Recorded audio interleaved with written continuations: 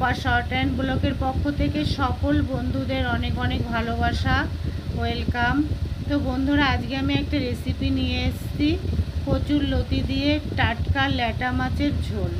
তো এটা সামান্য কিছু উপকরণ দিয়ে, আর একদমই কোনো মশলা ব্যবহার করিনি।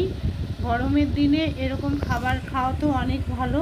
তো তোমরা রেসিপিটা দেখো। আর এই ধরনের রেসিপি দিয়ে কিন্তু ভাতও খাওয়া যায়, যেমন মশলার তরকারি দিয়ে অত ভাত খাওয়া যায় না। তো বন্ধুরা, তোমাদের যদি ভালো লাগে দেখো, অবশ্যই তোমাদের ভালো লাগবে, দেখো। তো তোমাদের দেখার অনুরোধ রইল, আর তোমরা আমার সাথে থাকো, দেখতে থাকো। রাধে রাধে বন্ধুরা, চলো তোমাদের রেসিপিটা দেখাই, আমার সঙ্গে থাকো বন্ধুরা। বন্ধুরা, চলে এলাম রেসিপিটা দেখাতে। এখানে লতি আছে, কচুর লতি। এটাকে আমি একটু ভাপিয়ে রেখেছি, কেটে পরিষ্কার করে ধুয়ে একটু ভাপিয়ে রেখেছি, ঠান্ডা হয়ে গেছে। আর এখানে আছে মাছ, দেখো বন্ধুরা, ধুয়ে পরিষ্কার করে ভালো করে লবণ লেবু দিয়ে আমি ধুয়েছি, হলুদ লবণ মেখে রেখেছি।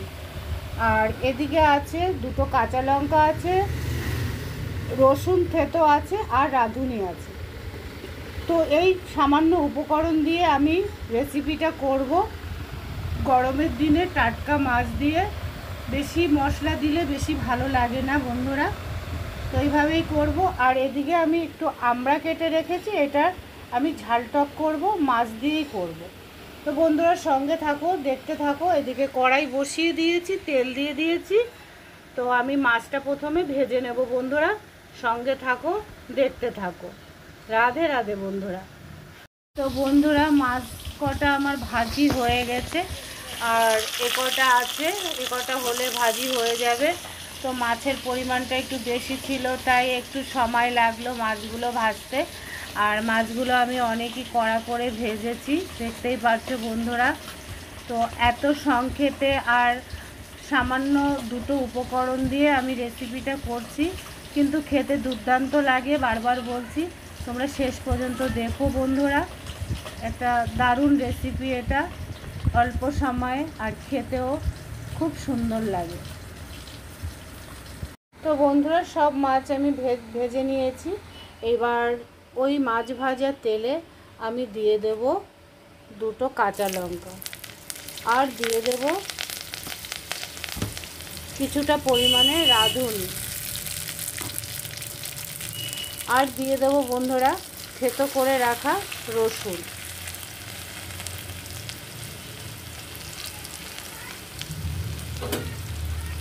এটা একটু ভেজে নেব, রসুনটা একটু ভাজি না হলে আবার কাঁচা গন্ধ বেরোবে। তো ফিরে আসছি রসুনটা ভাজি করার পরে বন্ধুরা, সঙ্গে থেকো, দেখতে থেকো। তো বন্ধুরা, রসুনটা ফোড়নটা কিন্তু আমার সুন্দর ভাজা হয়ে গেছে। এবার ভাপিয়ে রাখা কচুর লতিটা দিয়ে একটু কষিয়ে নেব।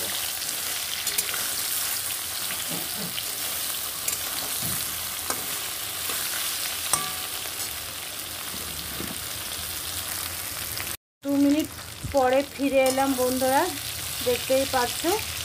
তো এই পর্যায়ে আমি দিয়ে দেব পরিমাণ মতন লবণ, আর দিয়ে দেব পরিমাণ মতন হলুদ।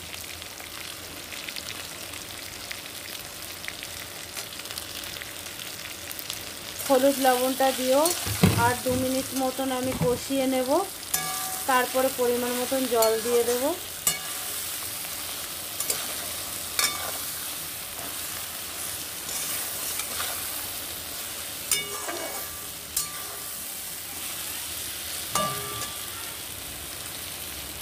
ফিরে আসছি আরও 2 মিনিট পরে। তো বন্ধুরা, বেশ 2-3 মিনিট পরে ফিরে এলাম। এবার আমার কষানো কিন্তু হয়ে গেছে, দিয়ে দেব পরিমাণ মতন জল। তো মাছের পরিমাণটা বেশি আছে, এই জন্য একটু জলটাও বেশি দেব। আর এটাকে একদম আমি মানে একটু ঝোল রাখবো, ভাত দিয়ে যেহেতু খেতে হবে।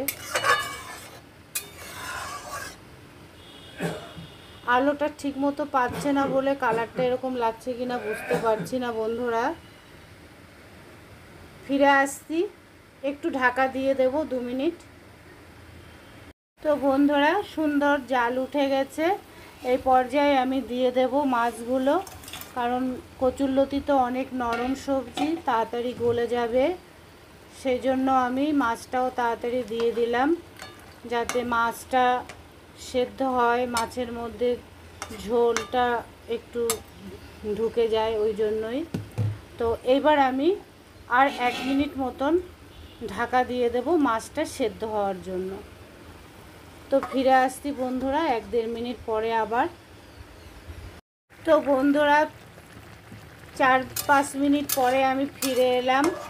তো 2-3 মিনিট পরে আমি ঢাকনাটা খুলে দিয়েছিলাম। তো ঢাকনা খুলে দেওয়ার পরেও আমি আরও 3 মিনিট জাল দিয়েছি। দেখো সব গলে গেছে, দেখতেই পারছো গলে গেছে। আমার সবজি কিন্তু একদম, মাছের ঝোল কিন্তু একদম রেডি হয়ে গেছে।